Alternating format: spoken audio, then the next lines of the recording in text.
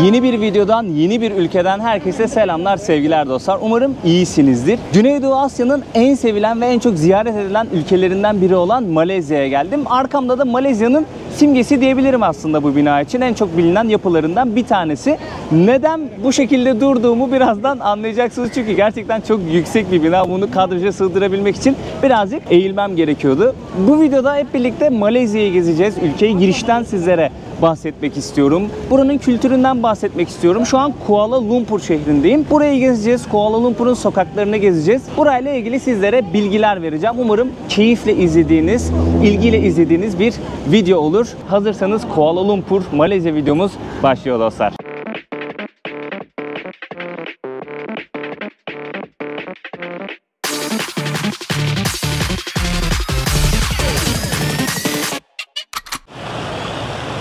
Malezya gezimize meşhur Petronas ikiz kulelerinin önünde başlıyoruz arkadaşlar.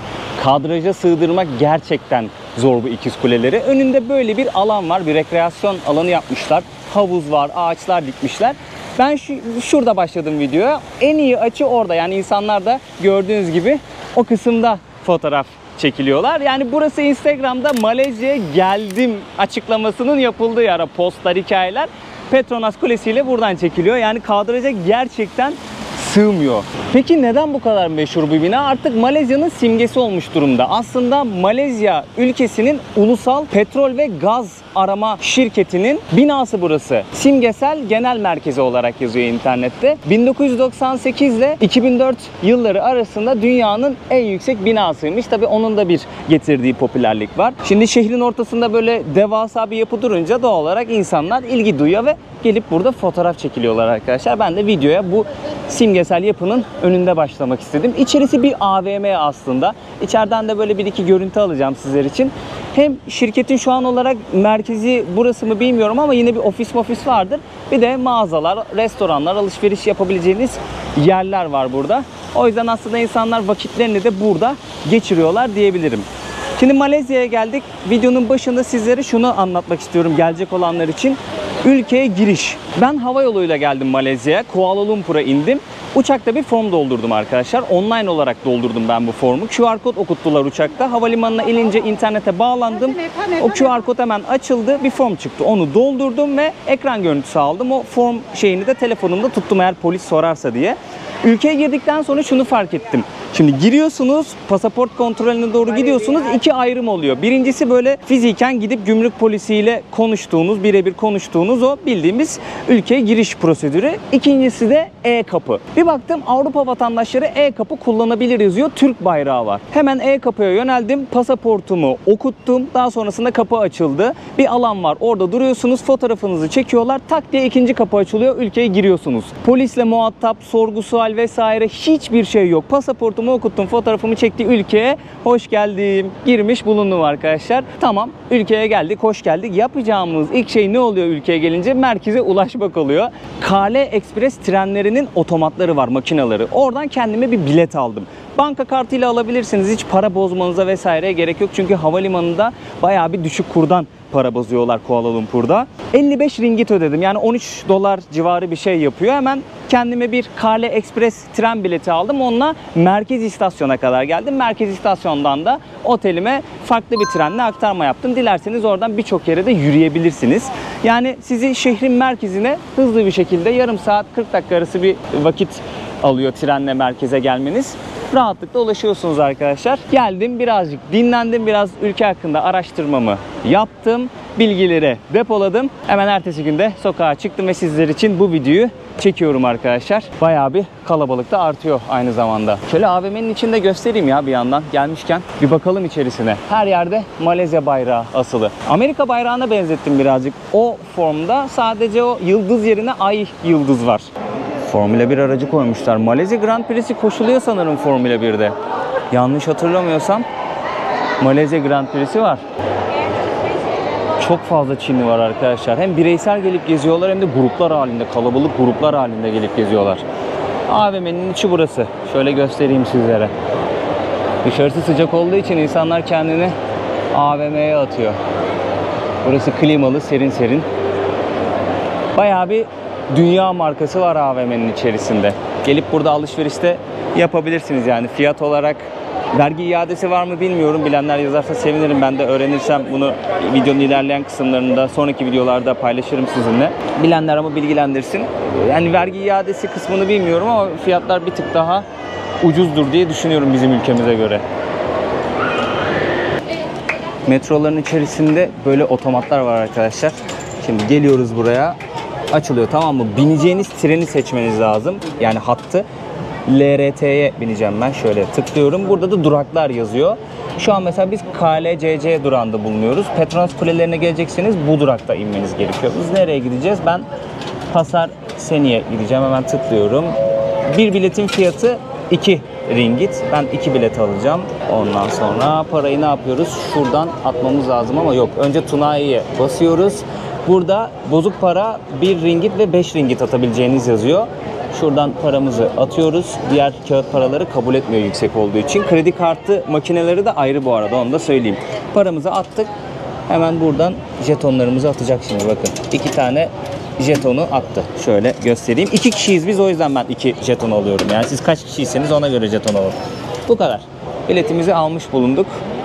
Tamamdır. İşlemimiz tamam. Şu otomatlar. Bileti buradan alacaksınız. Metro ağı da hemen şöyle göstereyim sizlere. Duraklar burada yazıyor. İşte hangi hat hangi renkse burada ayrımı yapılmış. Burada da haritası var. Şöyle göstereyim sizlere, aklınızda bulunsun. Dilerseniz buradan da bilet alabilirsiniz ama makinelerden almak daha kolay arkadaşlar. Şimdi önce geliyoruz. Makineye böyle okutuyoruz, tamam mı? Bunu tutun. Çıkarken bunu atacağız. Makineye atacağız ve öyle çıkış yapacağız.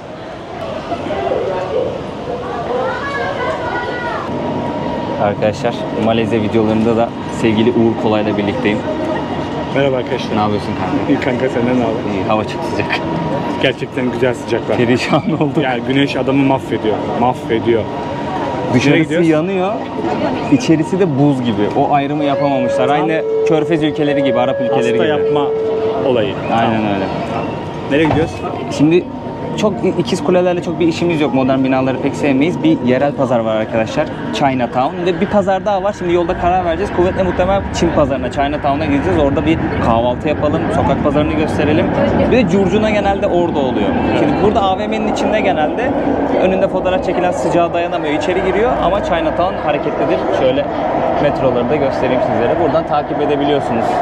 Bir sonraki durak, bir önceki durak vesaire. Bilgiler burada. Bayağı bir serin içerisi ha.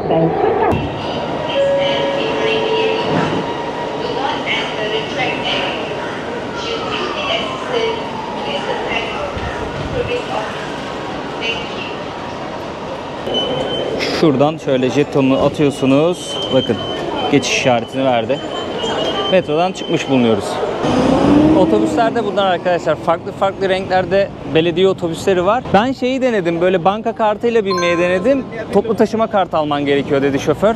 Beni otobüse almamıştı dün. Bunu da bilgi olarak vermiş olayım sizlere.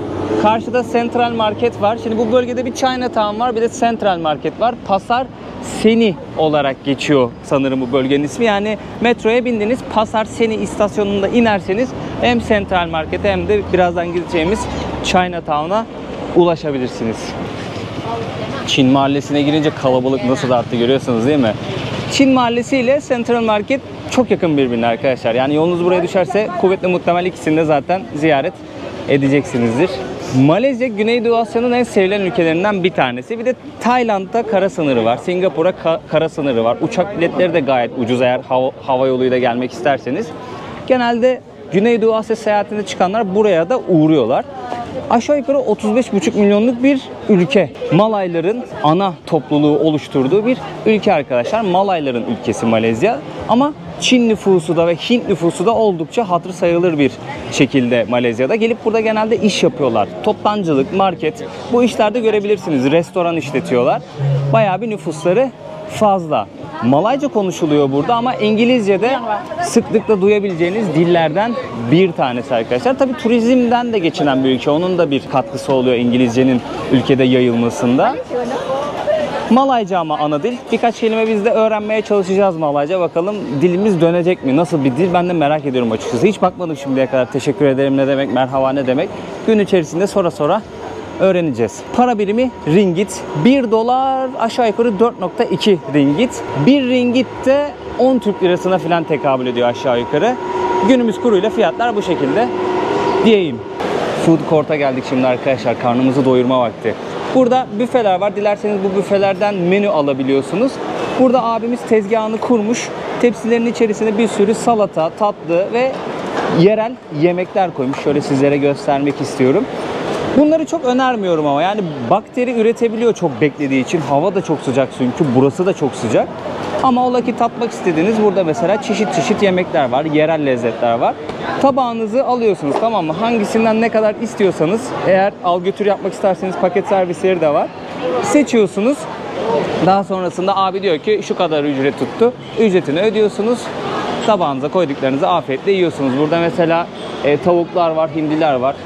Kızarmış olanların hemen istediğiniz parçasını alıyor size. Yiyeceğiniz kadarını işte veriyor. Ne kadar istiyorsanız ücretini ödüyorsunuz. Bu alanlarda oturup yiyebiliyorsunuz. Burada da menüler var. Mesela burada abimiz menüleri koymuş. Fotoğrafları da oluyor genelde. Kaç para olduğu da yazıyor. Dilerseniz çubukla yiyorsunuz. Dilerseniz çatal, kaşıkla yiyorsunuz. Ben buradan sipariş verdim. Şu olay çok güzel. Mesela ne yiyeceğinizi görebiliyorsunuz arkadaşlar. Ben ne söyledim? Kızartılmış pirinç söyledim. Tavuklu 10 ringgit, yani ne kadar yapacak? İşte yaklaşık 100 lira arkadaşlar. Burada bir sürü yerel lezzet var. Seçiyorsunuz, oturuyorsunuz, yiyorsunuz. Güneydoğu Asya seyahatimi hatırlayanlar zaten bu kültürü biliyorlar. Malezya'da o ülkelerden bir tanesi. Hemen şimdi yemeğimiz gelmiş. Tadına bakalım. Oo, çok güzel kokuyor ya. Bayağı güzel lan. Tam sevdiğim baharatsız. Gerçekten öyle ya. Hiç baharat yok. Hiç baharat yok. Hasret kaldık baharatsız yiyeceklere. Pilavımız böyle arkadaşlar.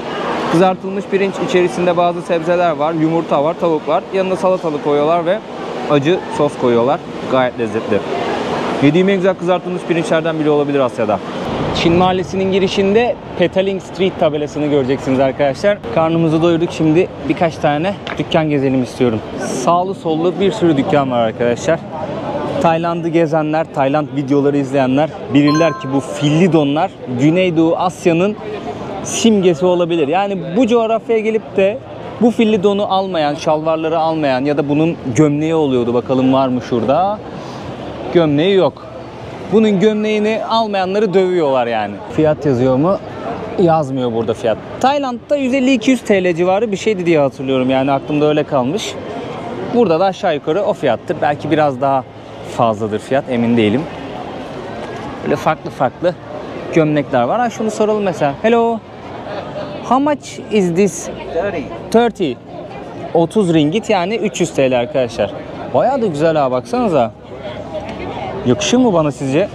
Şöyle bir üzerime tutayım. Nasıl oldu? Rengi çok hoşuma gitti ha. Bak şu arkasındaki mavi renk de çok güzel. Bu şalvarlar da 25 ringgit arkadaşlar. Yani 250 TL civarı yapıyor. O da ha bak güzel desenleri var. Genelde kadınlar için çok daha güzel desenli ve renkler oluyor ama çoğu da unisex yani.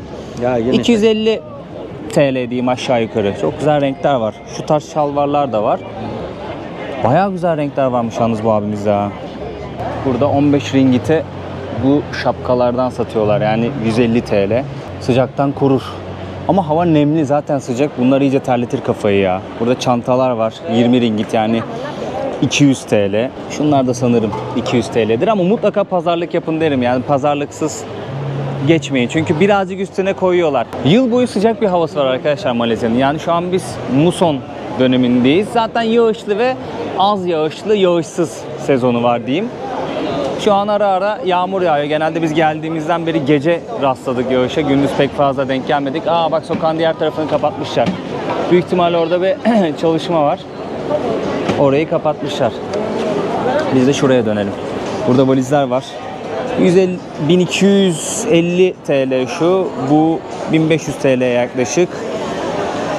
1000 TL'ye var. 850 TL'ye var. Kalite değişiyor ama yani dandiktir bunlar ya. Biraz iyi bir şey almaya özen gösterin derim valiz alacaksanız. Çok kolay hasar alıyor çünkü. Biz geldiğimizden beri geceleri yağmur yağıyor. O konuda şanslıyız açıkçası. Çünkü yağış oldu mu gündüzleri rahat gezemeyiz, rahat video çekemeyiz. Ama muson döneminde de böyle bir yağıyor, tamam mı? 2 saat yağıyor, 1 saat yağıyor, yarım saat yağıyor, sonra duruyor. Bir bakıyorsunuz yerler hemen kupkuru olmuş, geçmiş yani. Öyle bir hava. Central Market'e geldim şimdi arkadaşlar. Pasar Seni yazıyor burada, görüyorsunuz. Dedim ya, bu bölgelerde gezeceğiz. Metro istasyonunda Pasar Seni durağında inerseniz iki pazarı da görürsünüz. Bu videoda göstermek istedim çünkü aslında yani Malezya'nın ilk videosu. Buraya gelirseniz neleri gezip görebilirsiniz, ondan birazcık bahsetmek istiyorum bu videoda. O yüzden bu pazarı da göstermek istedim sizlere. Ama sonraki videolarda hem Chinatown'u hem bu pazarı daha detaylı hem de daha farklı yerleri detaylı bir şekilde gezeceğiz arkadaşlar. Burası kapalı bir pazar. Bir sürü dükkan var. Aynı zamanda restoranlar, kafeler de var buranın içerisinde. Burada bir sürü böyle ürün var. İnsanlar geliyorlar, alışveriş yapıyorlar. Vakit geçiriyorlar. Biraz daha serin. Dışarısı çünkü çok sıcak. İnsanlar kapalı alanlara kaçmaya çalışıyor. Bunlar şans, bereket getiriyor arkadaşlar. Japonya'da hatırlıyorsanız görmüştük. Ben de bir tane hatıra olarak almıştım. Tayvan'da görmüştük. Asya kültüründe yeri olan bir figür arkadaşlar. Ben de almıştım bir tane. Benimkisi böyle kafa sallıyor. Genelde şöyle kol sallayan var. Önünde bir güneş paneli kısmı var. Orası güneş aldıktan sonra o hareketi devam ettirmesini sağlıyor. Sürekliliği sağlıyor. Dediğim gibi bereketle şans getiriyor. İnsanların evinde, iş yerlerinin bir köşesinde, tapınaklarda vesairelerde birçok yerde Asya'dayken görebilirsiniz. Burası da pazarın diğer çıkışı. Şöyle göstereceğim. Yine Pasar Seni yazıyor. Central Market yazıyor. 1888 yılında kurulmuş bu arada. Bayağı eski bir pazar. 16 ringgit kanka. Gel biraz kenara, araba çarpmasın. Gayet güzel. Tamam. Bolt seçin diyor. Burada Bolt uygulaması var arkadaşlar. Taksi uygulaması. Batu Cave var. Görülmesi gereken yerlerden biri. Oraya gitmek istiyoruz şimdi. Bulunduğumuz yerde siparişi onayladım. Bakalım gelecek mi? Sadece internete bağlı olmanız yeterli. Malezya numarası falan istemiyor. Bolt uygulamasını ama ben çok önceden indirmiştim buraya gelmeden önce. Hemen buraya gelince Kuala Lumpur şehrine otomatik olarak konum aldı. 9 dakika içinde gelecek diyor. Şöyle göstereyim arkadaşlar. Arabanın modeli var, sürücünün fotoğrafı var, plakası var. Arabanın rengi falan onlar yazıyor. Nakit olarak ödeyeceğiz. 16 ringgit. RM dediği de ringgit Malezyan. Yani Malezya ringgiti. 16 ringgite 160 lira yapıyor. Yaklaşık 15 kilometre yol gideceğiz. Bir gelsin bakalım. Normalde şimdi metroda gidiyor. Onu da anlatacağım sizlere ama biraz daha hızlı hareket etmemiz gerekiyor bugün. Bolt'u da bir de göstermiş olayım sizlere. Hello.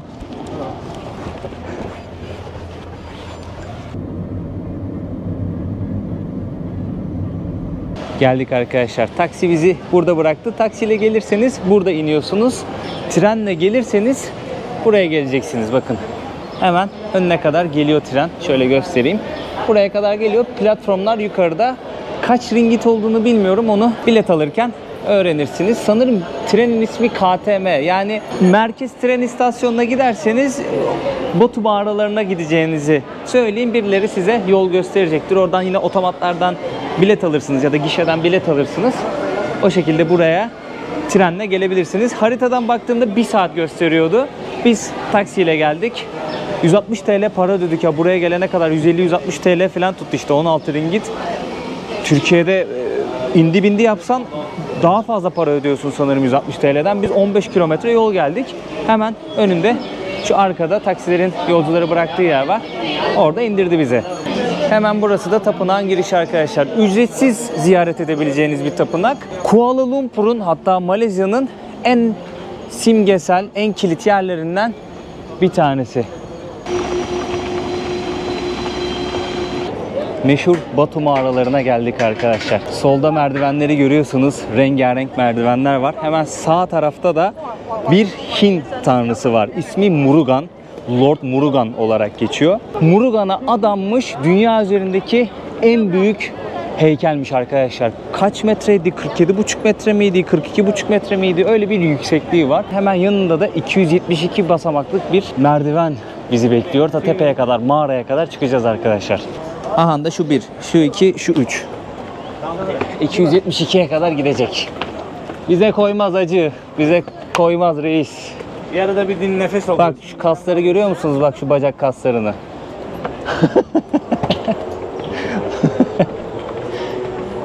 Maymunlar yok ya. Normalde burada maymun olurdu her yerde. Saldırıyorlar değil mi insanlara? Ben Yani Instagram'da videolarda el görmüştüm. atıyor. Abi çöplere bak ya. Yaratmıyor değil. Yediğini içtiğini atmış buraya. Ben sana söyleyeyim mi? Tapınak oğlum buralar. Yaptığını da. Kendileri. Kendi tapınağı, yani bu tapınağa kimler geliyor? Hindular. Hindu tapınağı buraya. Affet, niye söylüyorum onu? Daha önce geldim ben buraya. Bizzat kaç kere şahit olduğum için söylüyorum. Hinduların böyle bir geleneği var. At. Taptığı yere At. Fark Tapınak etmiyor. Değil. Mesela bizim camilerimizi göremezsin böyle pis. Göremezsin. sürekli temizleniyor. Evet. Temizleniyor. Sürekli temizleniyor. Ulan madem- Kiliselerde öyle sürekli temizleniyor. Var 500 tane tanrıları. Sahip çıkın Bu lan. kaçıncısı acaba ya? Var, fareye tapanlar var ya. Var var. Hindistan'da fare Doğru sen tapınakları Hindistan'da gezdin. var. Fareye tapanlar var. Uğur'un Hindistan serisini izleyin. Oynatma şey listesinden söyleyeyim gülmekten öleceksiniz ya. Hindistan'ı gezdiğimde ben ilk seyahatlerimdi o Hindistan. Sinir krizi geçirdim. Ama güzel bir seyahatti. Evet çok tatlı bir seyahatti o ya. Namaste diye gezdik. Namaste Aa, bu. maymunlar geziyor. Aa, Vallahi mı? Aşağıda. Aa orada bak maymunlar orada. Çıktık da abinin kalçasındayız. Abi anlattın mı? Anlatacağım. Ya anlattım daha doğrusu ya. Bu Hindu tanrılarından bir tanesi. Bu tapınakta onlara adanmış. Evet. Lord Murugan. Lord Murugan. Lord Murugan'ın en büyük heykeli. Bir nefes nefese kaldın sen. Yoruluyoruz. Lord Murugan. Şeyi ne acaba? Özel gücü ne? Yani ne sağlıyor Hindulara? Ne vaat ediyor? Sağlık mı, şifa mı? Gerçi ikisi de aynı şey. Yani Para mı, huzur mu? Eş mi?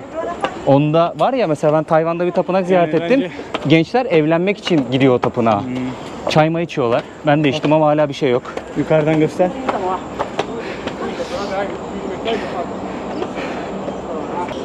Bak kim geldi bak. Nasıl yiyor? Oğlum yavaş la boğulacaksın yavaş yavaş. Gelip de biri elinden almasın diye hızlı yiyor. Nefes al.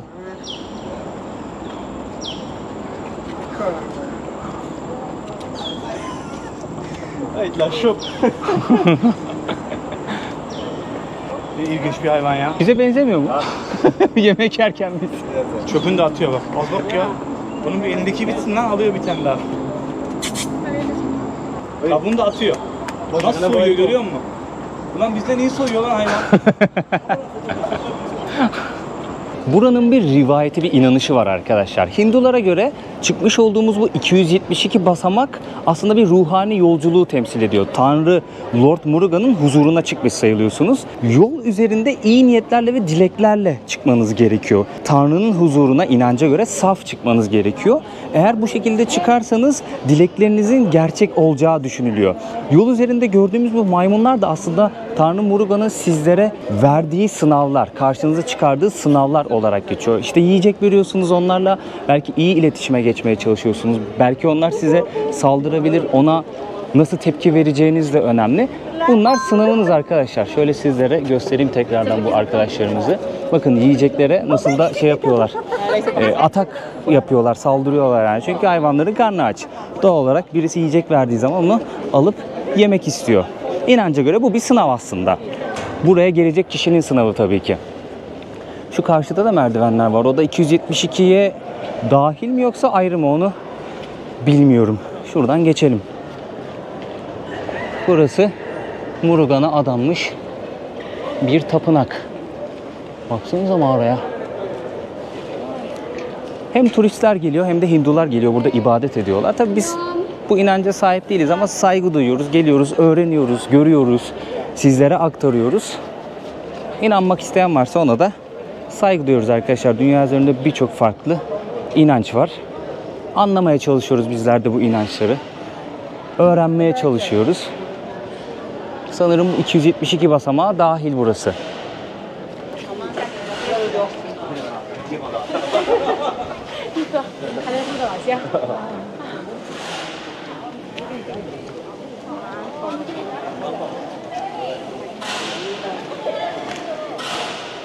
Sanırım tapınak burası. Burada bir görevli abimiz var. Buradan itibaren ayakkabınızı çıkarmanız gerekiyor ve içeride ibadet edenleri görüyorsunuz, Hinduları görüyorsunuz. Burada da alınlarına sürdükleri bu tozlar var. Ablamız bir mum yakacak.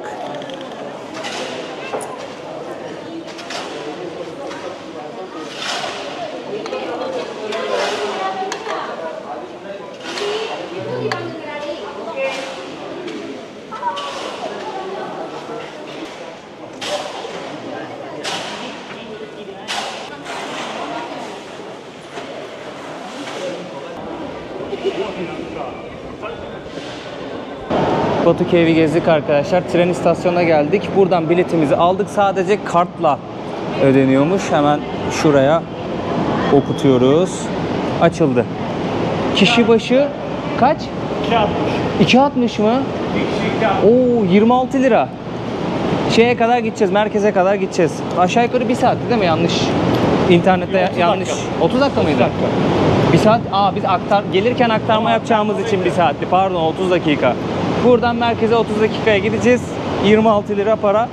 Bak taksiye kıyasla bayağı uygun bak toplu taşıma. Bu mu lan? Aynen, taksi de ucuz ama. Yani taksi de çok pahalı sayılmaz. Erkek binemiyor. Erkek binemiyor bakın. Göstereyim, kadınlara ayrı bir vagon var trende. Calais Central. Dönüşü de göstereyim arkadaşlar. Hala kadınlara ait bir vagon. Kadınların binebileceği bir vagon. Umarım açılır.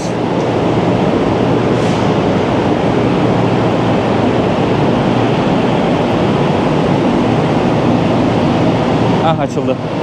Oo, içerisi buz gibi. İçerisi buz gibi, buz. Bak dışarıda sucuk gibi terledik. Sucuk gibi terledik. İçerisi buz gibi, kesin hasta olacağız. Batu Cave'deyiz arkadaşlar. Nereye kadar gideceğiz? 8 durak. Kuala Lumpur yok. Calais Central'e gideceğiz pardon. Şuraya kadar gideceğiz.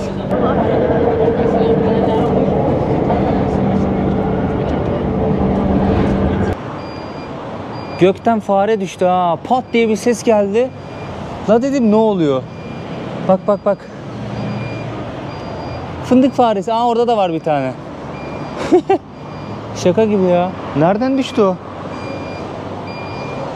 Pat diye bir ses geldi. Yukarıdan. Ya burası gelişmiş bir ülke arkadaşlar gerçekten. Baya böyle viyadükler, yollar, tren rayları, otoyollar hep böyle karma karışık. Şöyle bir şey mutlaka görüyorsunuz. Kuvvetle muhtemel orada bir yerde dolaşıyordu hayvan. Üzerimize düşüyordu az kalsın. Gelişmiş bir ülke arkadaşlar. Yani gelişmekte olan bir ülke diyeyim daha doğrusu. İşte petrol, doğalgaz, sanayisi var. Turizmi de var tabii ki. Turizmle de bir gelir elde ediyor Malezya. Mesela Kuala Lumpur turistik şehirlerden bir tanesi arkadaşlar. Gittiğimiz o Batu Cave mağarası var. Şehir merkezidir, Petronas Kulesi'dir. Ülkenin de farklı noktaları var bu arada. Sadece Kuala Lumpur'u turistik bir yer olarak düşünmeyin. Farklı lokasyonları da var Malezya'nın gezip görebileceğiniz. Kuala Lumpur bunların başında geliyor. Gelişmekte olan bir ülke, böyle söylemek daha doğru olur. Ama şimdi burası Güneydoğu Asya ülkelerinin içerisinde farklı bir yere sahip bazı açılardan. Nedir mesela? Örneğin buradaki hukuk sistemi. Malezya bir şeriat ülkesi arkadaşlar ama burada sadece şer'i hükümler uygulanmıyor. İkili yani çift hukuk sistemi var. Birincisi İngiliz sömürge döneminden kalan sivil hukuk. Sivil hukukun uygulandığı alanlar genelde ceza hukuku, ticaret ve aile dışındaki konuları kapsıyor. Bu konular dışında kalan herhangi bir olayda sivil hukuk işleniyor arkadaşlar. Bunun dışında şeriat hükümleri genelde aile ve kişisel ya da işte ticari konularda bir problem yaşadınız, şer'i hükme göre yargılanıyorsunuz. Böyle bir hukuk sistemi var. Bunun dışında farklı yasaklar varmış burada arkadaşlar. Çeşit çeşit farklı yasaklar varmış. Bunların başında yere çöp atma cezası geliyor. Mesela 500 ile 1000 ringgit arası değişiyormuş yere çöp atma cezası.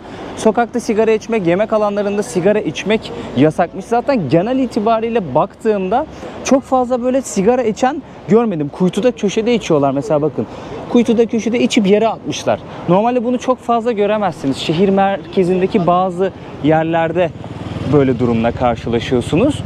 Bunun dışında sokaklar, caddeler bayağı bir temiz. Genel itibariyle öyle bir yerde yığın bir çöp görmedim. Çöp bidonları var. Oraya atıyorlar. Birileri geliyor temizliyor. Yerlerde çok fazla çöp görmedim. Tek tük gördüm ki genel itibariyle tertemiz. Yani ilk intiba olarak Kuala Lumpur eğer şehir gezmeyi seviyorsanız seveceğiniz bir yer. Pek böyle şehir bana göre değil derseniz aradığınızı bulamayacağınız bir yer.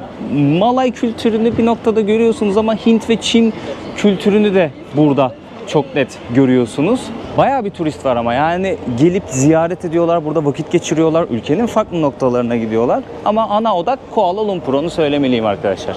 Bu videoluk bu kadar olsun arkadaşlar. Malezya'dan videolar gelmeye devam edecek. Videoyu beğendiyseniz beğen tuşuna, beğenmediyseniz beğenme tuşuna basmayı unutmayın.